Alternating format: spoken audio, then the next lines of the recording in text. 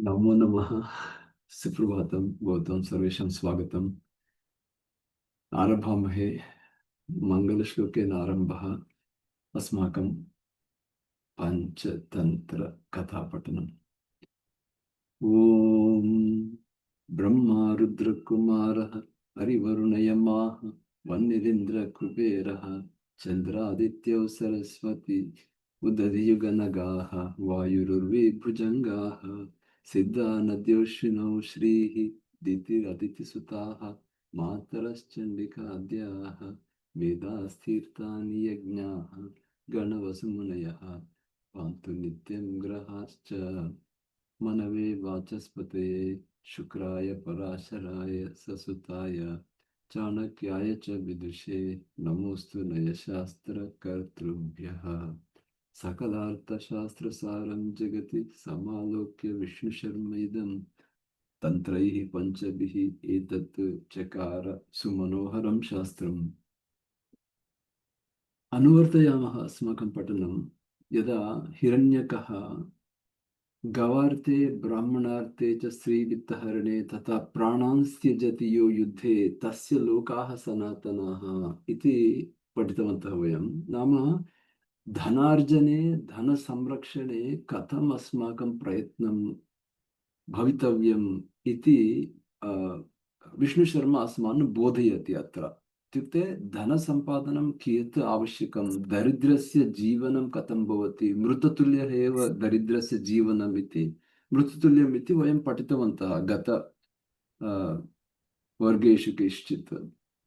इदानीं इदानीं किञ्चित् परिवर्तनं भवति तत्र। इत्युक्ते प्रथमं अतीव प्रयत्नं प्राणानपि त्यक्त्वा धनसम्पादने धनरक्षणे तथा कर्तव्यम् इति वदति। पुनः वदति तत् अनन्तरमेव चिन्तनीयं भवति। प्राप्तव्यमर्थं लभते मनुष्यः, यदस्मदीयं न हि तत् परेषां, यद् भवितव्यं तदेव भवति, यत् प्राप्तव्यं तदेव भवति इति एतत् अनन्तरम्। इत्युक्ते प्रथमम् एतस्य ज्ञानं भवति चेत् लोके जनाः किमपि न कुर्वन्ति किल।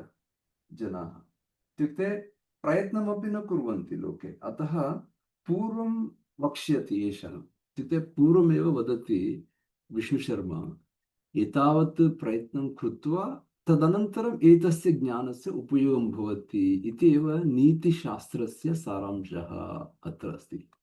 पुनः एतस्य अनन्तरं वदति धनस्य किमपि प्रयोजनं नास्ति, मरणकाले धनम् अस्माभिः सह न गच्छति, केवलं वयं गुणैः सह गच्छामि इति पुनः अग्रे वक्ष्यति। परन्तु अत्र एतस्य ज्ञानं प्राप्य धनार्जने वयं प्रयत्नं न कुर्मः चेत् हानिः भवति जीवने। दरिद्रस्य यथा जीवनं मृत्तुल्यं भवति तथा सुदारुणं भवति इति मत्वा नीतिशास्त्रे कथम् एतस्य ज्ञानयोः समुच्चयः इति अस्माकम् अतीव लाभः अत्र वर्तते कथासु एतासु।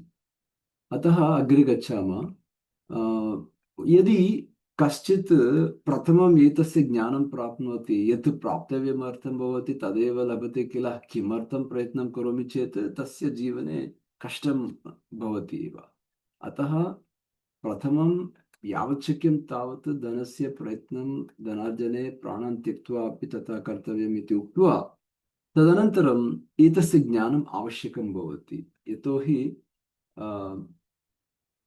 कुत्र अस्माकं जीवनं कस्मिन् मध्ये यथा पूर्वं नदी तटं भवति, नदीतटयोः द्वयोः तटयोः मध्ये नदीप्रवाहः यथा भवति तथैव अत्रापि जीवनम् अस्माकं ज्ञानमपि तथैव भवति। एकस्य तटस्य प्राणान् त्यक्त्वा युद्ध यथा भवति तथा धनसम्पादनं भवति।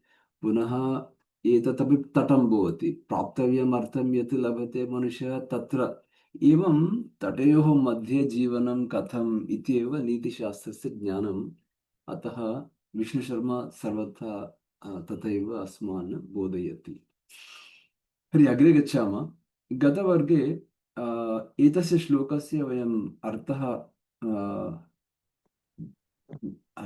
अर्थं दृष्टवन्तः वा न वा इति न जानामि, परन्तु अ, प्राप्तव्यम् अर्थं लभते मनुष्यः, तत् अत्र अपि कृपया पश्यन्तु भवन्तः। भवन्तः एतदपि दृष्टवन्तः, एवम् एवं प्राणान् त्यक्त्वा अपि युद्धे तस्य लोकः सनातनः इति वित्तहरणे वित्तहरणे यथा भवति तदा कर्तव्यमिति मत्वा, एवं निश्चित्य रात्रौ किं कृतवान् हिरण्यकः, गत्वा निद्रावशम् उपागतस्य तस्य ताम्रचूडस्य मित्रस्य पेटायां, पेटायाम् इत्युक्ते पेटिकायां मञ्जूषायां मया छिद्रं कृतं, यावत् यावत् छिद्रं कृतं धन, पुनः धन आ, प्राप्त्यर्थम् इत्युक्ते धनहरणम् अभवत्, धनप्राप्ति पुनः कर्तव्यम् इति मत्वा आ, किञ्चित् साहसेन तत्र गच्छति। परन्तु तावत् एषः दुष्टतापसः प्रबुद्धः, इत्युक्ते निद्रावशात् प्रबुद्धः। ततश्च दण्डेन प्रहरति शिरसि, ततश्च जर्जर वंशदण्ड जर्जर विशेष वंशदण्डविशेषः, वंशविशेषः, दारुविशेषः जर्जर वंश प्रहारेण शिरसि ताडितः, हिरण्यकः ताडितः। कथञ्चित् कथं ततः निर्गतः अहं हिरण्यकः, आयुष्येषतया इत्युक्ते दिष्ट्या, अ, दिष्ट्या तत्र न मृतश्चाहम्, अतः भवतां समीपे इदानीम् आगतोऽस्मि। पृष्टः किल हिरण्यकः तैः, इत्युक्ते काकेन पुनः कूर्मेण, कथं किमर्थं वैराग्यकारणम् इति पृष्टः किल एषः हिरण्यकः। अतः एतत् सर्वं निवेद्य पुनः वदति हिरण्यकः, प्राप्तव्यम् अर्थं लभते मनुष्यः, देवोऽपि तं लङ्घयितुं न शक्तः, तस्मान्न शोचामि न विस्मयो मे, यदस्मदीयं न हि तत् परेषाम्। तर्हि काकः कूर्मः, काककूर्मौ पृच्छतः कथमेतत् इति कथा इदानीम् आरभ्यते। एतस्य श्लोकस्य अत्र पश्यन्तु, तापसः पेटायाम् इत्युक्ते पेटिकायां मञ्जूषायाम्, इदानीं प्राप्तव्यम् इत्युक्ते यत् लभ्यं, यत् यत् भवितव्यं, यत् प्राप्तव्यं, तत् देवः अपि विधिः अपि लङ्घयितुम् इत्युक्ते समुल्लङ्घयितुम् उल्लङ्घनार्थं न शक्तः, न समर्थः भवति। अतः न शोचामि, शोकं न करोमि, न विस्मयः, न च आश्चर्यं करोमि, इत्युक्ते सुखदुःखे समे कृत्वा लाभालाभो जयाजयो, तत् सर्वत्र एव भवति किल। न शोचामि न विस्मयो मे, इत्युक्ते सुखं वा दुःखं वा समतुल्यमेव मम इति, एतदेव ज्ञानं किल। न तस्मात् न शोचामि न विस्मयामि, यदस्मदीयं नहि तत् परेषां, भगवद्गीतायामपि उक्तं सुख दुःखे समे कृत्वा, तदेव नीतिशास्त्र, सर्वत्रापि ज्ञानं समानमेव भवति, शास्त्रज्ञानम् एतस्यापि क्वचित् क्वचित् शास्त्रं, नीतिशास्त्रं स्थापयति एव, नीतिशास्त्रज्ञानं। तर्हि अग्रे अत्रापि पश्यन्तु, अस्मिन् पुस्तके प्राप्तव्यम् अर्थ वणिक् पुत्र कथा इति कथायाः नाम अस्ति। इत्युक्ते वणिक् पुत्रः अस्ति, सः, तस्य नाम प्रसिद्धं भवति, प्राप्तव्यम् अर्थः इति नाम प्रसिद्धं भवति। कथं प्रसिद्धं तस्य नाम भवति इति अग्रे वयं पठामः, कथां तत् तां कथां पठामः। तर्हि आरभ्यते कथा अत्र। अस्ति कस्मिंश्चित् नगरे सागरदत्तः नाम वणिक्। तर्हि वणिजः वणिजः नाम किं, सागरदत्तः। तत् सूनुना रूपकशतेन विक्रीयमाणः पुस्तकः गृहीतः। सूनुना इत्युक्ते पुत्रेण, तस्य पुत्रेण किं कृतं, रूपकशतेन इत्युक्ते शतरूप्यकाणि दत्वा पुस्तकं विक्रीणाति सः। विक्रीयमाणः पुस्तकः गृहीतः। एषः वणिक् सागरदत्तः इति वणिक् पुस्तकं गृह्णाति। कस्मात् हस्तात्?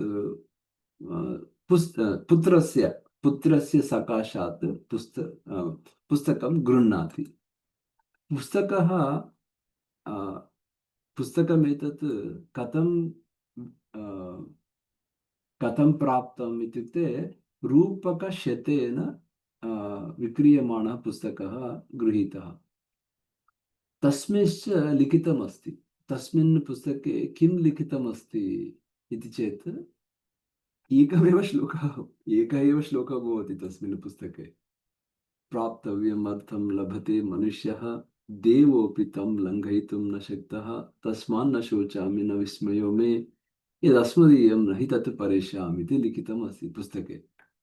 तद् दृष्ट्वा सागरदत्तेन तनुजः पृष्टः, पुत्रः पृष्टः। किं पृच्छति सागरदत्तः?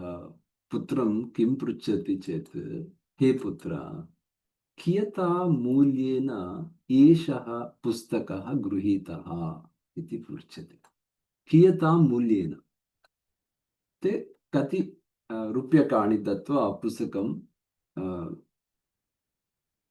गृह्णाति भवान् इति। सो अब्रवीत्, नाम पुत्रः अब्रवीत्, रूपकशतेन, शतरूप्यकाणि। तस्मिन् काले रूपकशतम् इत्युक्ते अतीव धनं तत्, लघु न, अतीव धनं तत्, अधिकम् अधिकमेव। तत् श्रुत्वा एषः वणिक् आश्चर्यं प्राप्नोति। सागरदत्तः अब्रवीत्, किञ्चित् क्रोधमपि, क्रोधाविष्टः सः किं करोति, धिक् मूर्खा इति वदति। धिक् मूर्खा, त्वं लिखितैकश्लोकम्, एकमेव श्लोकः, एकः एव श्लोकः तत्र, लिखितैकश्लोकं रूपकशतेन यत् गृह्णासि, यत् गृह्णासि, एतया बुद्ध्या कथं द्रव्यस्य उपार्जनं करिष्यसि इति पृच्छति। एवं बुद्धिः, तव बुद्धिः एवम् अस्ति चेत् एतया बुद्ध्या कथं द्रव्योपार्जनं करिष्यसि इति पृच्छति। क्रोधं एतावत् क्रोधाविष्टः सः, तत् तस्मात् अद्य प्रभृति, तद् अद्य प्रभृति त्वया मे गृहे न प्रवेष्टव्यम्, निष्कासयति बहिः गृहात्। एवं निर्भर्त्स्य गृहात् निस्सारितः इत्युक्ते गृहात् बहिष्करोति। सः च तेन निर्वेदेन, तेन निर्वेदेन इत्युक्ते तेन दुःखेन, तेन दुःखेन, तेन विषादेन, विषादं प्राप्नोति, निर्वेदं प्राप्नोति। विप्रकृष्टं देशान्तरं गत्वा इत्युक्ते, विप्रकृष्टं देशान्तरम् इत्युक्ते दूरप्रदेशं गच्छति। गत्वा किमपि नगरं प्राप्नोति, किमपि नगरम् आसाद्य अवस्थितः, तत्र उषितः, तत्र स्थगितः इत्युक्ते तत्र निवासः कथञ्चित् कस्मिंश्चित् नगरे, किमपि नगरं प्राप्य तत्र अवस्थितः सः, तत्र स्थितः। अथ कतिपयदिवसैः, ते कतिपय कानिचन दिनानि, तत् दिनानाम् अनन्तरं, केषाञ्चन दिनानाम् अनन्तरं, कतिपयदिवसैः तन्नगरनिवासिना, तस्मिन् नगरे केनचित् केनचित् निवासिना, ते केनचित्, कश्चित् पुरुषः तस्मिन् नगरे पृच्छति। कं पृच्छति? एतं वणिक्पुत्रं पृच्छति। कतिपयदिवसैः तन्नगरनिवासिना केनचित् असौ पृष्टः, असौ पृष्टः इत्युक्ते एषः पृष्टः, एषः वणिक्पुत्रः पृष्टः, किं, कुतो भवान् आगतः, किं नामधेयः वा इत्युक्ते, केवलं तदेव, भवतः नाम किं, कुतः भवान् आगच्छति इत्येव। तत् परस्पर परिचयकारणसमये यत् भवति तत् तादृशं। कुतो भवान् आगतः, किं नामधेयः वा इति पृच्छति। असौ अब्रवीत्, असौ इत्युक्ते एषः अब्रवीत् वणिक्पुत्रः, सः किमपि पृच्छति चेत् एकमेव श्लोकं वदति। आश्चर्य एतादृश वणिक्पुत्रः सः केवलम् एतत् वदति, यत्र कुत्रापि प्राप्तव्यमर्थं लभते मनुष्यः, देवोऽपि तं लङ्घयितुं न शक्तः, तस्मान्न शोचामि न विस्मयो मे, यदस्मदीयं नैतत् परेषाम् इति वदति सः। इत्युक्ते निर्वेदः, निर्वेदं भवति, दुःखं भवति, तेन किं वदामि किं न वदामि इत्यपि न जानाति सः। अतः असौ अब्रवीत् प्राप्तव्यम् अर्थं लभते मनुष्य इति सम्पूर्णं श्लोकं वदति सः। अथ अन्येन अपि पृष्टेन अन्यः कश्चित् अपि तथैव पृच्छति एतत् वणिक्पुत्रम्। अन्येन अपि पृष्टेन अनेन तथैव उत्तरं दत्तं। एष वणिक्पुत्रेण पुनः तथैव उत्तरं दत्तम्। एवं च तस्य नगरस्य मध्ये प्राप्तव्यमर्थम् इति तस्य प्रसिद्धं नाम जातम्। तस्य नाम कथं प्रसिद्धं जातं प्राप्तव्यमर्थः इति चेत् एवमेवं सः उक्त्वा उक्त्वा तस्य नाम एव तादृशं प्रसिद्धं नाम जातं, प्राप्तव्यमर्थः इति नाम जातम्। एतावत् पर्यन्तम्। अथ राजकन्या चंद्रवती नाम अभि अभिनव रूप यौवन नाम क्षम्यतां नाम अभिनव रूप यौवन संपन्ना।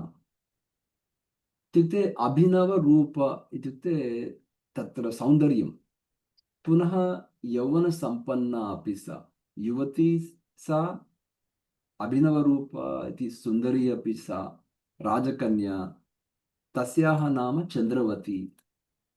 सखी द्वितीया इत्युक्ते सख्या सह, सखी द्वितीया एकस्मिन् महोत्सवदिवसे, महोत्सवदिवसे इत्युक्ते उत्सवदिवसे इत्युक्ते भवन्तः जानन्ति किल, फेस्टिवल् डे, हालिडे, तत् उत्सवदिवसे, महोत्सवदिवसे इत्युक्ते विशेष उत्सवदिवसे एकस्मिन् कस्मिंश्चित् एकस्मिन् महोत्सवदिवसे सखी अपि पार्श्वे भवति तस्याः राजकन्यायाः, तस्याः नाम चंद्रवती। सा नगरं निरीक्षमाणा अस्ति। सा कस्मिन् दिने इत्युक्ते महोत्सवदिवसे, विशेषदिवसे, विशेषदिने नगरं निरीक्षमाणा अस्ति, ते परीक्षमाणा अस्ति। तत्र उत्सवसौन्दर्यमपि भवति किल नगरे, क्वचित् क्वचित् मनुष्याः अपि अनेकाः आगच्छन्ति, कोला इत्युक्ते जल्पनं भवति, एतादृशं सर्वं तत्र निबिडं भवति, जनानां समूहः भवति। अतः सा तत्र निरीक्षमाणा अस्ति। तत्रैव च कश्चित् राजपुत्रः अतीव रूपसम्पन्नः मनोरमश्च, सः अपि राजपुत्रः सुन्दरः रूपसम्पन्नः अपि, रूपसम्पन्नः कथमपि तस्याः दृष्टिगोचरे गतः। एषः राजपुत्रः सुन्दरः मनोरमः, मनः यथा हरति तादृशरूपसम्पन्नः तस्य, सः कथञ्चित् राजकन्यायाः दृष्टिगोचरे गतः, सः राजपुत्रः। तत् दर्शन समकालमेव इत्युक्ते तत् दर्शन तस्मिन्नेव काले इति, तत् दर्शन समकालमेव कुसुमबाणा हतया इत्युक्ते काम भाव उद्भव कारणात् अंतरंगे कुसुमबाणा हतया तया निजसख्यं निजसख्य निजसखी अभिहिता, निजसखी अभिहिता इत्युक्ते स्वस्य, निज इत्युक्ते स्वस्य, सखी अभिहिता इत्युक्ते उक्ता, तया राजकन्यया इत्युक्ते चन्द्रवत्या सखी उक्ता, किमुक्ता, हे सखी, यथा किल अनेन सह समागमः भवति, यथा किल अनेन सह इत्युक्ते राजपुत्रेण सह सङ्गमः यथा भवति तथा अद्य त्वया यतितव्यं, प्रयत्नं कर्तव्यम् इति निवेदयति सखीम्। एवं च श्रुत्वा सा सखी तत्सकाशम् इत्युक्ते राजपुत्रस्य समीपं गत्वा शीघ्रम् अब्रवीत्। किम् अब्रवीत्? यत् अहं चन्द्रवत्या तव अन्तिकं प्रेषिता।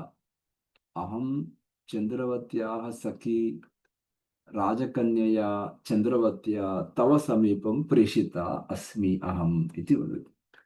वणितं च इत्युक्ते उक्तं च, राजकन्यया उक्तं च, वणितम् इत्युक्ते उक्तं, त्वां प्रति, त्वां प्रति वणितम् इत्युक्ते त्वां प्रति एकं सन्देशम् उक्तं। किं तत्?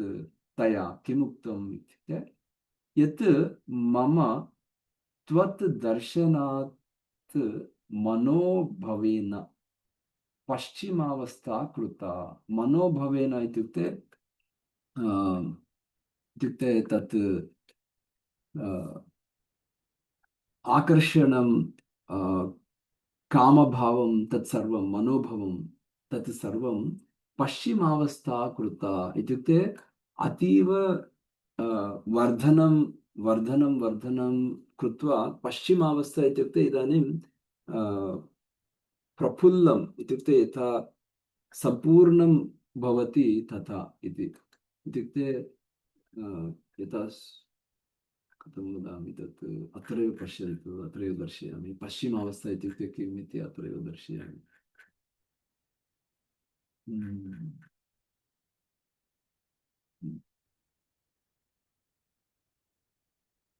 हा, पश्चिमावस्था इत्युक्ते कामस्य चरमावस्था इति अत्र अस्ति। अस्मिन्नेव अस्ति। इति चरमावस्था इत्युक्ते अतीव वर्धितं, वर्धितः इत्युक्ते कामस्य अवस्था वर्धिता इति अस्ति। वणितम् इत्युक्ते कथितं, मनोभवेन इत्युक्ते कामेन, अत्रैव अस्ति। पश्चिमावस्था इत्युक्ते कामस्य चरमावस्था इत्युक्ते वर्धनं यावत् भवति चरमावस्था प्राप्नोति इति अस्ति। समेष्यसि आगमिष्यसि। अत्रापि पश्यन्तु, सौध अवलम्बितया इति। सौध इत्युक्ते राजभवनम्।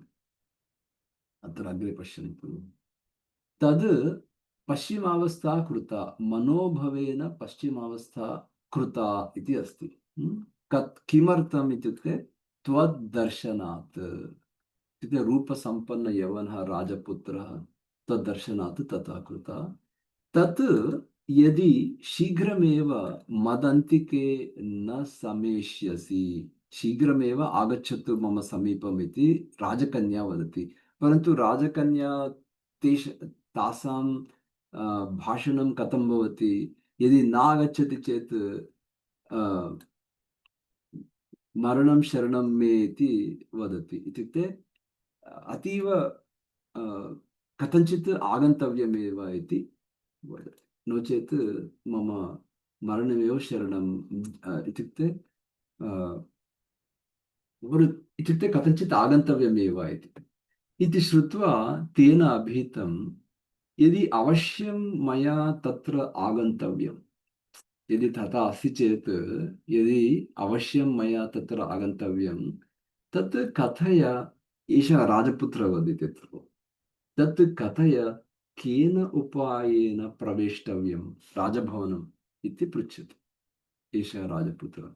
अतः सख्या अभिहितम्। इदानीं सख्या उक्तं, किम् उक्तम्? अभिहितम् इत्युक्ते उक्तं, रात्रौ सौध अवलम्बितया, सौध इत्युक्ते राजभवनं, सौधम्, राजभवने अवलम्बिता दृढवरत्रा भवति। दृढवरत्रा इत्युक्ते, वरत्रा इत्युक्ते रज्जुः, विशेषरज्जुः। केन निर्मितम् इति चेत्, वरत्रा इत्युक्ते चर्ममयी रज्जुः इति अत्र अस्ति किल, भाष्यमध्ये अपि अस्ति।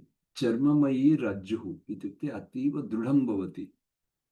चर्मपणि इत्युक्ते चर्मेण निर्मितम् अस्माकं स्यूताः अपि भवन्ति किल चर्मनिर्मितम् अतीव दृढं भवन्ति किल तथा चर्ममयी रज्जुः भवति दृढ दृढं भवति न केवलं वरत्रा एव दृढं भवति ततोपि दृढवरत्रा भवति तया दृढवरत्रया कुत्र भवति तत् भवन अवलम्बिता भवति सौधावलम्बितया दृढवरत्रया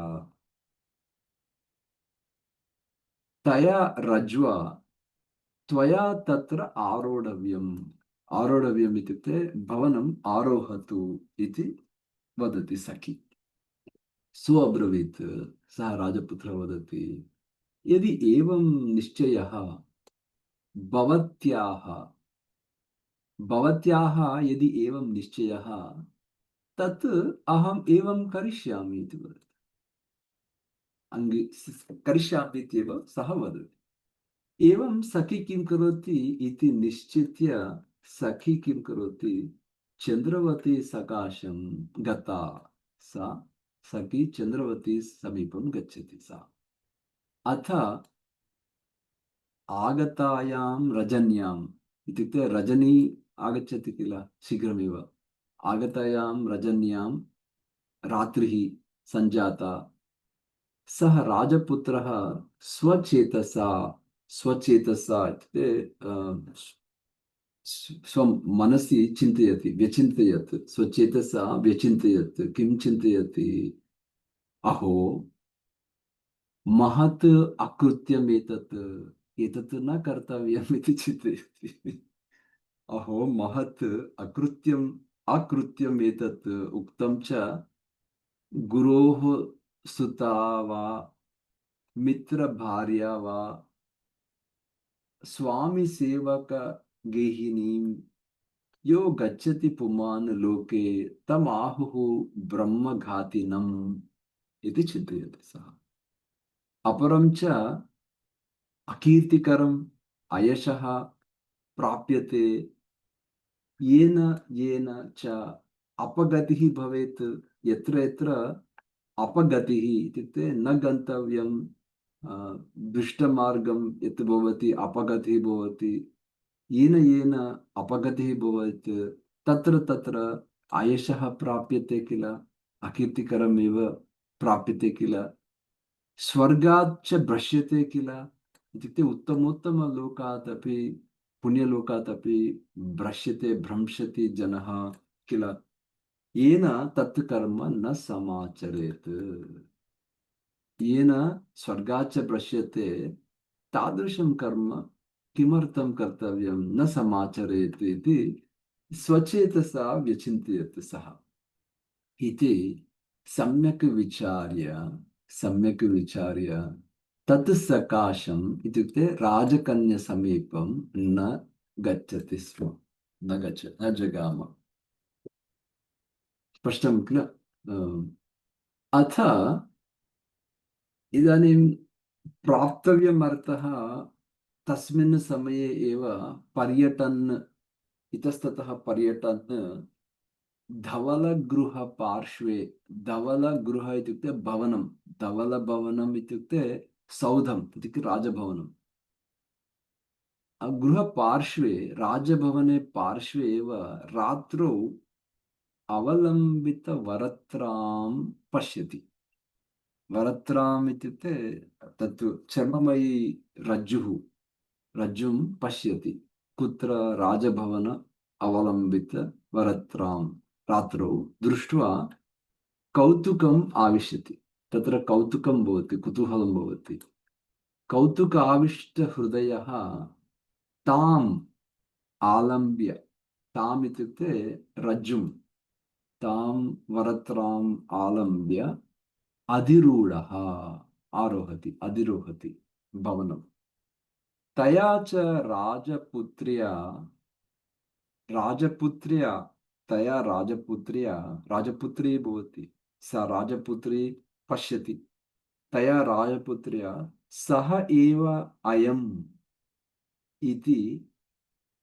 आश्वस् आश्वस्तचित्तया इत्युक्ते आश्वस्तचित्ता इत्युक्ते तादृशविश्वासं भवति, तस्याः राजपुत्र्याः विश्वासः भवति, सः एव अयम् इति चिन्तयति राजपुत्री, सः एव अयम् इति आश्वस्तचित्तया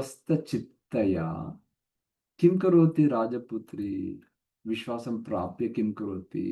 स्नानं, खादनं, पानम्, आच्छादनम् इत्युक्ते तत्र शय्यायाम् आच्छादन इत्यादि वस्त्राणि भवन्ति किल, तानि सर्वाणि इत्यादिना आचनादिना सम्मानं करोति, तस्य सम्मानं करोति, स्नान खादन पानात् आच्छादनादिना सम्मानं करोति। तेन सह शयनतलम् इत्युक्ते शय्यातलं भवति, तलं शयनतलम् आश्रितया तदङ्गसंस्पर्श तद् अङ्गसंस्पर्श इत्युक्ते आलिङ्गनम् अङ्गसंस्पर्शम् इत्यादि सञ्जात हर्षरोमाञ्चित, तेन सञ्जातं हर्षम् इत्युक्ते आनन्दं, रोमाञ्चितगात्रया उक्तं, रोमाञ्चितगात्रा यदा भवति राजपुत्र्याः, तदा रोमाञ्चितगात्रया उक्तं, तया किमुक्तं चेत् युष्मत् दर्शनमात्रा अनुरक्तया, अनुरक्तया इत्युक्ते अनुराग प्रेम, दर्शनमात्र दर्शनमात्रेण एव प्रेम उद्भवति, अनुरक्तया मया आत्मा प्रदत्तः अयम् इत्युक्ते मनः समर्पितं भवति किल, आत्मा प्रदत्तः इत्युक्ते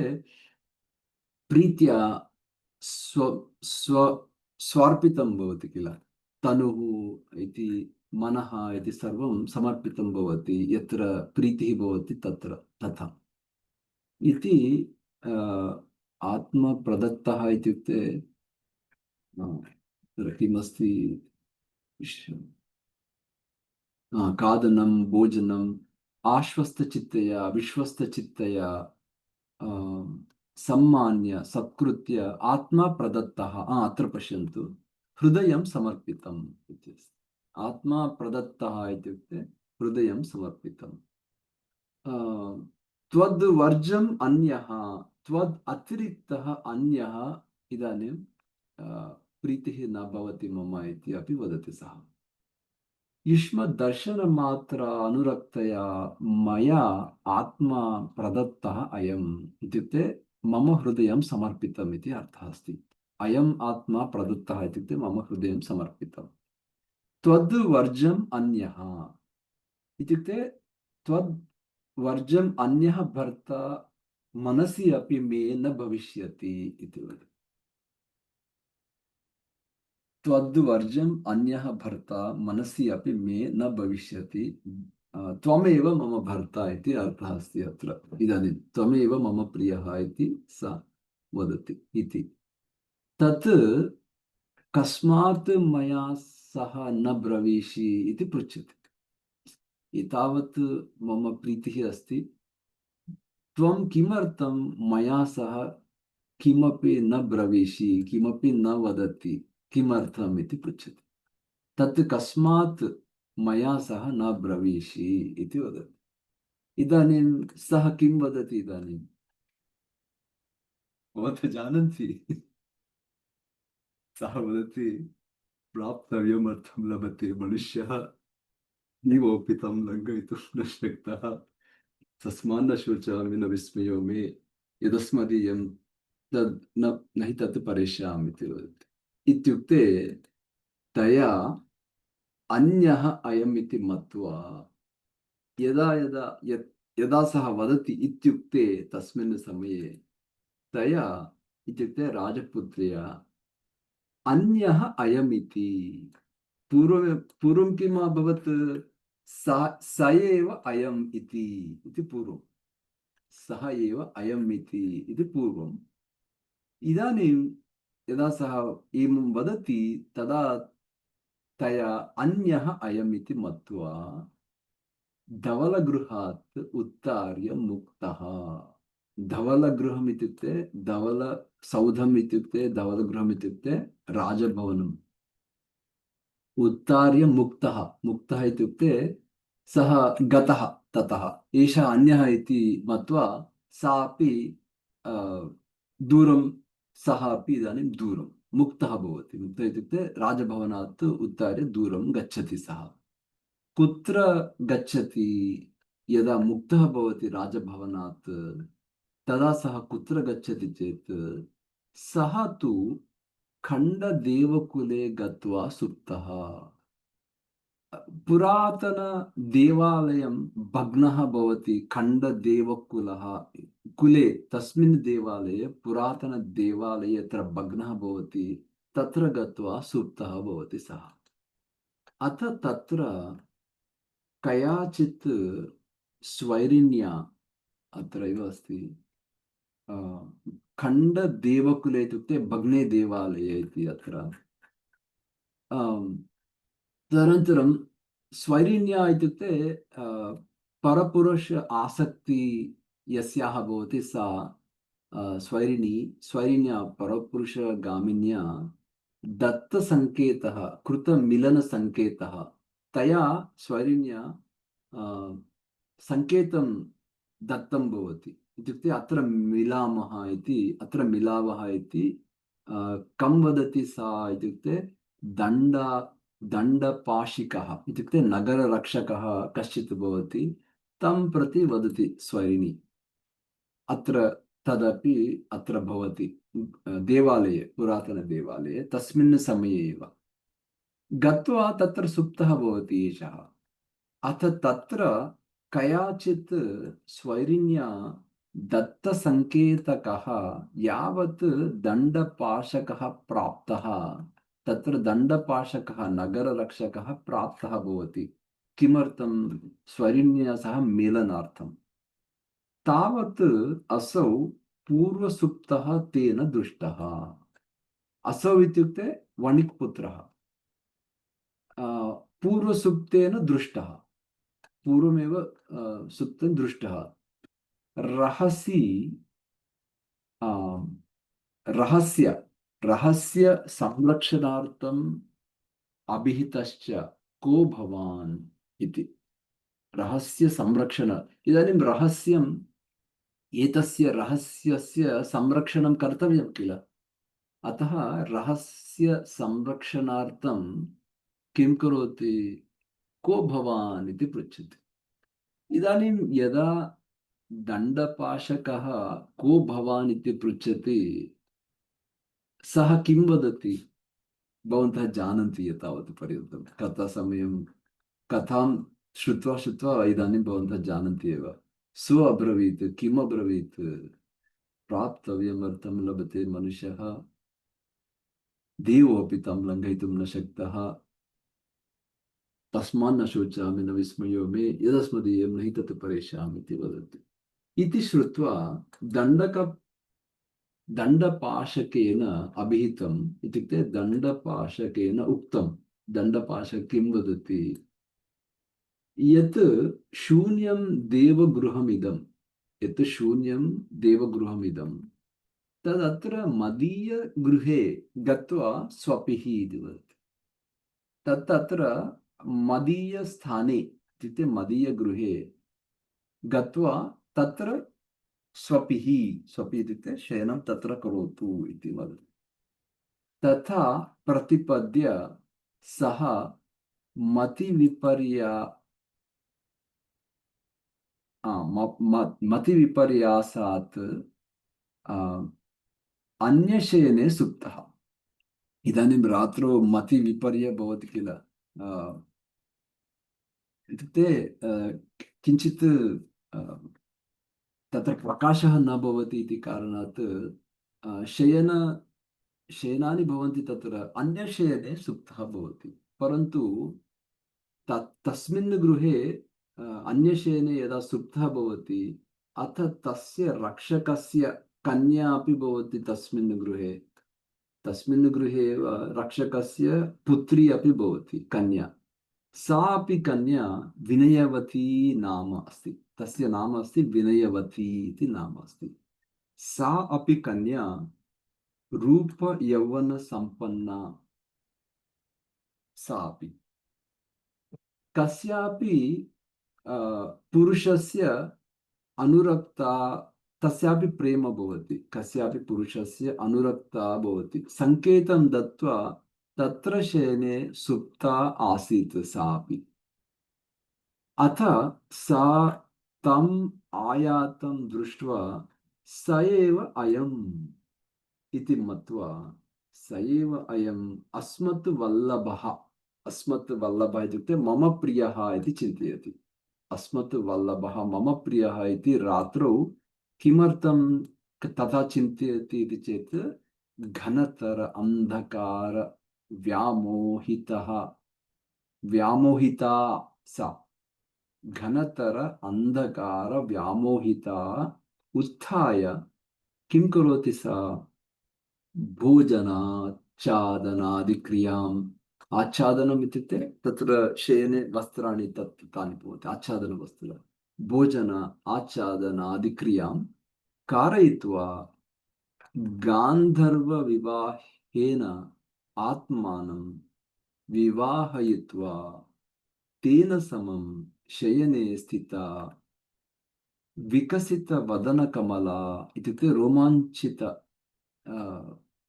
देह, मुखम् इत्यादि सर्वम् आनन्देन सा तमाह, तम् आह, तं वदति, किम् अद्यापि मया सह विश्रब्धम् इत्युक्ते अतीव आनन्देन भवान् न ब्रवीति, किमर्थं न ब्रवीति भवान् इति वदति सा।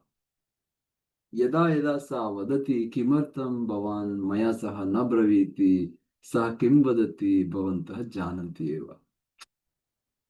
सः प्राप्तव्यमर्थं लभते मनुष्यः इति सर्वं तत् वाक्यं वदति इति श्रुत्वा तया चिन्तितम्, इदानीं तया चिन्तितं यत् कार्यम् असमीक्षितं, सम्यक् न समीक्षितं मया इति चिन्तयति सा। सम्यक् न समीक्षितम् एव असमीक्षितम्, असमीक्षितं कार्यं, यत् कार्यम् असमीक्षितं क्रियते तस्य ईदृक् फलविपाकः भवति। फलविपाकः इत्युक्ते पर्यवसानम् अत्रापि अस्ति, फलविपाकः इति अत्र अस्ति। असमीक्षितम् इत्युक्ते अविचारितं, फलविपाकः परिणामः, फलविपाकः परिणामः।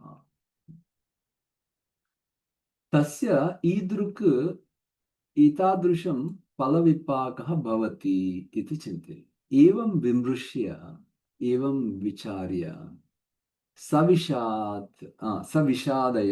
सविषादया तया निस्सारितः, सविषादया अत्र पश्यन्तु, विमृश्य सविषादय इत्युक्ते चिन्ताकुलया, सा विषादं प्राप्नोति, चिन्ताकुलां प्राप्नोति, चिन्ताकुला भवति सा, तया चिन्ताकुलया निस्सारितः एषः, अपसारितः एषः।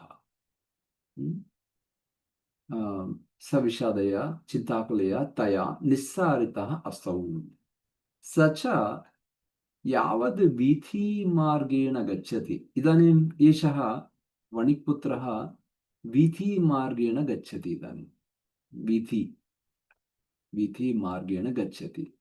यावत् वीथीमार्गेण गच्छति तावत् अन्यविषयवासी वरकीर्ति नाम वरः, वरः इत्युक्ते किं, तत्र कल्याणसमये वधू भवति, वरः अपि भवति किल, सः वरः, तस्य नाम किमस्ति, वरकीर्तिः इति अस्ति तस्य नाम। अन्यविषयवासी इत्युक्ते, विषय इत्युक्ते प्रदेश, तस्मिन्नेव प्रदेशे वासी, निवासी, तस्य नाम वरकीर्ति। इदानीं कल्याणं मङ्गलं तस्य वरः सः भवति। महता वाद्यशब्देन गच्छति, मङ्गलवाद्यानि भवन्ति किल, यदा तत्र सर्वे अपि बान्धवाः गच्छन्ति, वरः तत्र तस्य आभरणानि भवन्ति, पुनः अलङ्कारं भवति, सः वरः तथा भवति। एषः वरः महता वाद्यशब्देन आगच्छति। प्राप्तव्यमर्थः अपि तत्र ते गच्छन्ति किल, तेन सह सर्वे अपि गच्छन्ति, तैः समं गन्तुम् आरब्धः। यदा ते सर्वे तत्र गच्छन्ति, कल्याणमण्डपं प्रति गच्छन्ति, तैः समम् एषः अपि प्राप्तव्यमर्थः अपि गन्तुम् आरब्धः। अथ यावत् प्रत्यासन्ने लग्नसमये, इत्युक्ते कल्याणलग्नसमयः भवति किल, मुहूर्तं, तत् लग्नसमयः भवति, यावत् प्रत्यासन्ने लग्नसमये, इत्युक्ते समीपं समीपं गच्छति, समयस्य प्रत्यासन्नं भवति, समयस्य प्रत्यासन्नं लग्नसमये, राजमार्ग आसन्न, राजमार्ग आसन्न श्रेष्ठिगृहद्वारे। इदानीं राजमार्गः यत्र भवति तत्रैव तत् मार्गसमीपे राजमार्गासन्न श्रेष्ठिगृह, श्रेष्ठिगृहं भवति, इत्युक्ते यस्य गृहे कल्याणम् इदानीं यत् श्रुतम् इदानीं तत् गृहद्वारे एव भवति, श्रेष्ठिगृहद्वारे एव भवति तत्सर्वं। मण्डपवेदिका भवति, इत्युक्ते रचित इत्युक्ते तत्र अलङ्कृत मण्डपं, वेदिकम् इत्यादि सर्वं कुत्र भवति इत्युक्ते श्रेष्ठिगृहद्वारे एव भवति। श्रेष्ठि इत्युक्ते कः? वरस्य श्वशुरः, इदानीं श्वशुरः भविष्यति शीघ्रमेव, तथा कुत्र भवति तस्य गृहमपि राजमार्गसमीपे एव भवति। श्रेष्ठिगृहद्वारे एव, गृहसमीपे एव रचितमण्डपवेदिका भवति। तस्यां वेदिकायाम्, इत्युक्ते अलङ्कृतमण्डपवेदिकायां कृतकौतुकमङ्गलवेषा वणिक्सुता अस्ति। इत्युक्ते सः श्रेष्ठी वणिक्, तस्य पुत्री तत्रैव वधूरूपेण कृतकौतुकमङ्गलवेष। किमर्थं मङ्गलवेष? यतोहि तत्र इदानीं कल्याणं भविष्यति किल, अतः कृतकौतुकमङ्गलवेष वणिक् सुता पुत्री अस्ति तत्रैव। कुत्र? कल्याणमण्डपवेदिकायां सा अस्ति, वणिक् सुता अस्ति। तावत् मदमत्तः, तस्मिन्नेव समये, तावदेव, यावत् सा तत्र अस्ति, तावदेव मदमत्तः हस्ती। हस्ती इत्युक्ते गजः, सामान्यगजः न, मदमत्तः। मदमत्तः इत्युक्ते इदानीं क्षुभितः भवति, उद्विग्नः भवति, सा हस्ती इत्युक्ते धावन् भवति।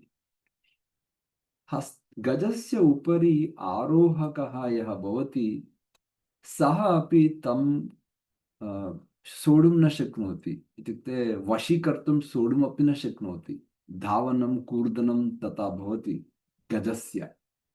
अतः आरोहकमपि हत्वा गजः किं करोति? आरोहकमपि हत्वा प्रणश्यत्, इत्युक्ते गजः प्रणश्यत् इत्युक्ते अनकंट्रोलेबली लास्ट इति अर्थः। प्रणश्यत् जनकोलाहलेन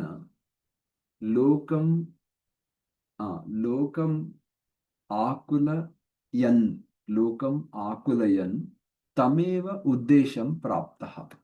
इदानीं हस्ती अपि कथम् उद्देशम् इत्युक्ते तत् प्रदेशं, तत् स्थानं प्राप्तः। कथं प्राप्तः अस्ति इत्युक्ते आरोहकं हत्वा प्रणश्यत् जनकोलाहलेन लोकम् आकुलयन्, इत्युक्ते इत्युक्ते क्षोभयन्, क्षोभयित्वा सर्वं तत्र क्षोभयित्वा प्राप्तः गजः तत्र।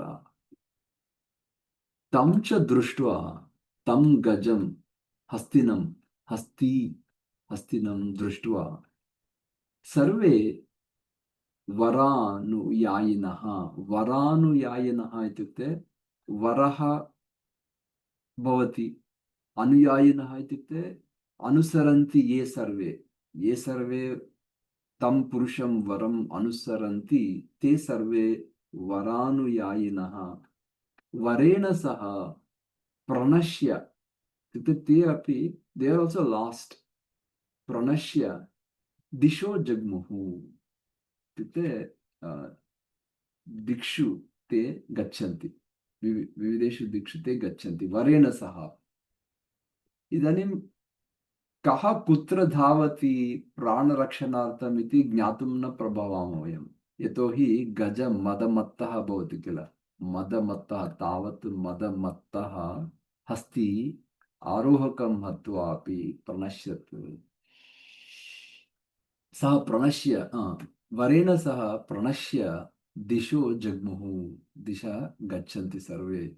अतः अस्मिन् अवसरे इत्युक्ते अस्मिन्नेव अवसरे अस्मिन्नेव काले भयतरललोचनाम् एकाकिनीं, भयतरललोचनाम् इत्युक्ते एकाकिनी भवति सा कन्या किल। कथं भवति सा कन्या वधू कथं भवति इत्युक्ते भयतरलोचना भवति। भयतरललोचना, भयेन क्षुभितः लोचना एकाकिनीं कन्याम् अवलोक्य सा किं वदति, प्राप्तव्यमर्थः किं वदति चेत् मा भैषीः इति वदति। अहं परित्राता इति सुधीरं स्थिरीकृत्य दक्षिणपाणौ संगृह्य महासाहसिकतया प्राप्तव्यमर्थः पुरुषवाक्यैः हस्तिनं निर्भर्त्सितवान्। गजं किं करोति, निर्भर्त्सितवान् इत्युक्ते वशीकरोति किञ्चित्, अलम् इति मत्वा। एवं रक्षयति सः तां कन्यां दक्षिणपाणौ संगृह्य महासाहसिकतया प्राप्तव्यमर्थः किं करोति, परुषवाक्यैः, परुषवाक्यम् उच्चैः उक्त्वा हस्तिनं निर्भत्सितवान्। ततः कथमपि दैवयोगात्